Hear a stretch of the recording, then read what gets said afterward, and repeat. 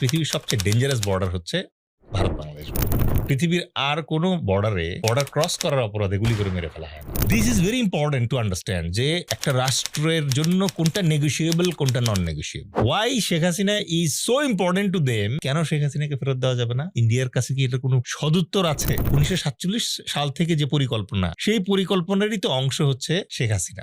হিস্ট্রিকে বিকৃত করে উপস্থাপন করা হয় নিজেদের দলীয় স্বার্থ অথবা চেতনা সমৃদ্ধ করার জন্য।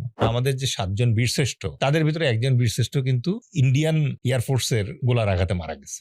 আপনি মন্ত্রিত্ব নিবেন, দেশের নেতৃত্ব নিবেন, আপনাকে স্যাক্রিফাইস করতে হবে অন্যগুলো। সবার সাথে বন্ধুত্ব হবে, কারোর সাথে আমার কোনো শত্রুতা থাকবে না। এটা একটা রাষ্ট্রের পররাষ্ট্রনীতি হতে পারে না। যুদ্ধটা শুধুমাত্র যুদ্ধক্ষেত্রে না, এখানে অ্যালায়েন্সের ব্যাপার আছে। এই জায়গাতে আমাদের আসলে স্ট্যান্সটা কি হবে, আমাদের স্ট্র্যাটেজিটা কি হবে অ্যাজ এ নেশন? বাংলাদেশ এই মুহূর্তে অনেকটা ওই স্ট্যান্সই আগাচ্ছে, স্পেশালি ডক্টর ইউনূসের নেতৃত্বে যে অন্তর্বর্তীকালীন সরকার এই মুহূর্তে কাজ করছে, তারা কিন্তু চোখে চোখ রেখেই কথা বলছে।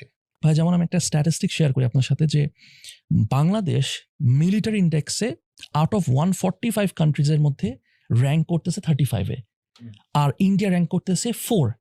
সো ওই জায়গা থেকে ডেফিনেটলি তারা অনেক উপরে আছে। যদি আমি যদি বলি যে তাদের মিলিটারি বাজেট কত, হিউজ একটা ডিফারেন্স। যেমন বাংলাদেশের বাজেট হচ্ছে 4 বিলিয়ন, যেখানে ইন্ডিয়ার হচ্ছে 75 বিলিয়ন। সব কিছুর ক্ষেত্রেই আমি যদি বলি মিলিটারি পার্সোনাল, পপুলেশন, সব দিক থেকেই তো ইন্ডিয়া আগায় আছে ফর শিওর। এই জায়গাতে আমাদের আসলে স্ট্যান্সটা কি হবে, আমাদের স্ট্র্যাটেজিটা কি হবে অ্যাজ এ নেশন? অফকোর্স আপনি যে স্ট্যাটিস্টিক দিলেন যে গ্লোবাল ফায়ার পাওয়ার ইন্ডেক্সে ইন্ডিয়া 4th পজিশনে আছে এবং বাংলাদেশ আছে 35th পজিশনে, এবং ইন্ডিয়ান আর্মির total size around 14 lakhs, whereas আমাদের আর্মির সাইজ 1,60,000-এর মতো। বাট একই সঙ্গে ওই ইন্ডেক্সই আপনি দেখবেন যে ইন্ডিয়া 4th পজিশনে আছে। 3rd পজিশনে কে? চায়না। 12th পজিশনে কে? পাকিস্তান। সো আমাদের জন্য যেটা অ্যাডভান্টেজ সেটা হচ্ছে আমাদের কিন্তু সারাউন্ড করে আছে একমাত্র ইন্ডিয়া, আর লিমিটেড অংশে হচ্ছে মিয়ানমার। ইন্ডিয়াকে সারাউন্ড করে আছে কি? চায়না। ওয়ার্ল্ডের নাম্বার 3rd আর্মি, ওয়ার্ল্ডের নাম্বার 12 আর্মি।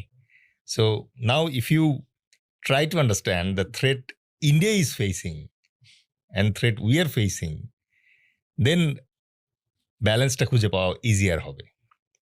কারণ এটা তো মানে 1:1 না যে ও গ্লোবাল 4th আর্মি নিয়ে গ্লোবাল 35th আর্মির এগেনস্টে দাঁড়ায়।